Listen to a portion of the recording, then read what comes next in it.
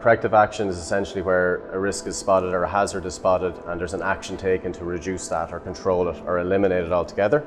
And really a good business will have a system to track and identify this, and it shouldn't be just one person, it should be everybody. So everybody in the business should be actually connected with spotting hazards and then controlling them in a visual way, if possible, in a real way. So a lot of times there could be maintenance logging software, for example, but how connected are staff to that? Is that just a maintenance department that comes in and does, the manager identifies a few correctives and they fix it?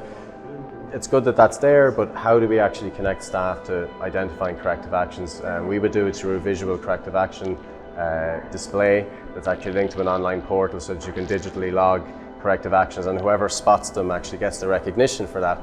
And that's all part of building a good safety culture. There's things like corrective action safety boxes, for example, where people would anonymously put actions that they've seen. It's just literally a piece of paper and a box.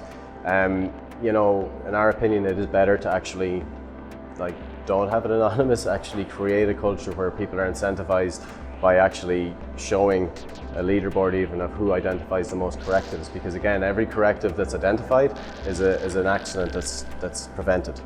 A good example of this would be a cracked tile, let's say in a retail environment. That cracked tile could lead to a slip, trip and fall, which carries with it about a 35,000 on average claim cost outside of any direct cost to the accident.